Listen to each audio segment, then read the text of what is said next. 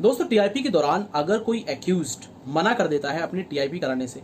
यानी कि test identification period कराने से मना कर देता है, तो ऐसे केस के अंदर जनरली जो है एडवर्स इन्फ्लुएंस जाता है एक्यूज के खिलाफ।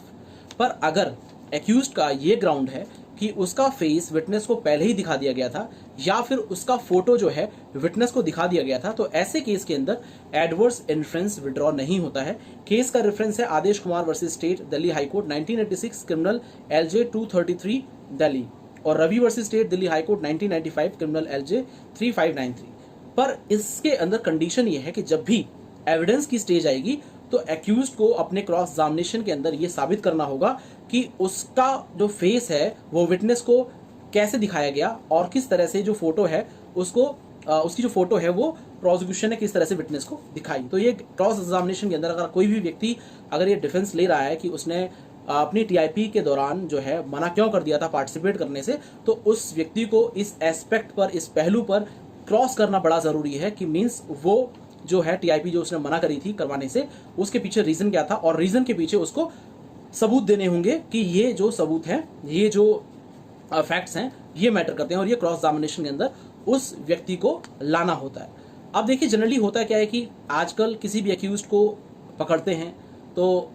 अब उस व्यक्ति को सबसे पहले मीडिया के सामने ला दिया जाता है, उसके फोटो खिंचवा दिए जाते हैं, ठीक है। और बहुत बार देखा जाता है कि कोर्ट के अंदर व्यक्ति को अभी टीआईपी कंडक्ट हुई भी नहीं है और कोर्ट के अंदर एक्यूज को पेश किया जाता है और उसका जो फेस है उसको भी मफल्ड नहीं किया जाता है, यानी कि उसका जो चेहरा है जो ढकना चाहिए वो चेहरा नहीं ढका जाता है। तो ऐसे केस के अंदर जो विटनेस है वो अगर उसने उस व्यक्ति को अगर देखा नहीं भी है तब भी वो उस व्यक्ति को उसकी शकल रिकॉग्नाइज करके जब भी अगर टीआईपी कंडक्ट की जाती है तो उस व्यक्ति को 10 लोगों के बीच में आराम से पहचान सकता है। और इसलिए जो इस तरह की जो टीआईपी है उसका कोई भी जो औचित्य है वो नहीं रह जाता है। तो इसलिए अगर कोई भी एक्यूज ये ग्राउंड ले रहा है कि वो टीआईपी के अंदर उसने पार्टिसिपेट इसलिए नहीं किया था क्योंकि उसका फेस या तो पब्लिकली जो विटनेस है उसको दिखा दिया गया था या फिर उसका फोटो दिखा दिया गया था या फिर कोई और रीजन जिससे कि जो एक्यूज्ड है उसकी आइडेंटिटी जो है विटनेस के सामने आ जाती है, तो ऐसे केस के अंदर उस टीआईपी का कोई भी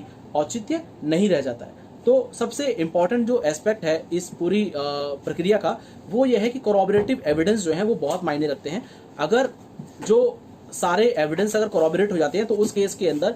जो टीआईपी का अगर कोई व्यक्ति ये ग्राउंड ले रहा है, एक्यूज्ड अगर ये ग्राउंड ले रहा है कि उसका फेस अगर किसी विटनेस को दिखा दिया गया था तो वो एक अच्छा ग्राउंड नहीं रह पाएगा। पर अगर जो एविडेंसेस हैं, जो स्टोरी है वो पूरी तरह से अगर प्रोसिक्यूशन की कोरॉबरेट नहीं हो पा रही है तो उस केस के अंदर ये जो ग्राउंड है टीआईपी का, ठीक, ये एक अच्छा अपने आप में ग्राउंड हो सकता है। तो ये बेसिकली एक रीज़न है कि जब भी किसी व्यक्ति को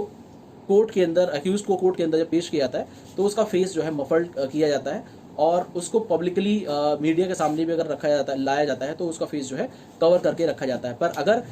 टीआईपी से पहले किसी भी तरह से पब्लिक डोमेन के अंदर जो विटनेस है और जो एक्यूज्ड है उसकी अगर आइडेंटिटी डिस्क्लोज हो जाती है तो फिर टीआईपी का कोई भी औचित्य एक तरह से नहीं रह जाता है, क्योंकि जो ऑब्जेक्टिव है टीआईपी का वो ये है कि 10 लोगों के बीच में एक एक्यूज्ड की पहचान करना और एक मजिस्ट्रेट के सामने उस व्यक्ति की पहचान करना, और तो ये एक बड़ा इंपॉर्टेंट एस्पेक्ट है। तो अगर उस व्यक्ति के चेहरा पहले ही पब्लिक डोमेन में दिखा दिया गया है तो विटनेस 10 लोगों के बीच में भी उस व्यक्ति को आसानी से आइडेंटिफाई कर सकता है। तो इसलिए ये टीआईपी का ऑब्जेक्टिव ध्यान में रखना बड़ा ज़रूरी है। धन्यवाद।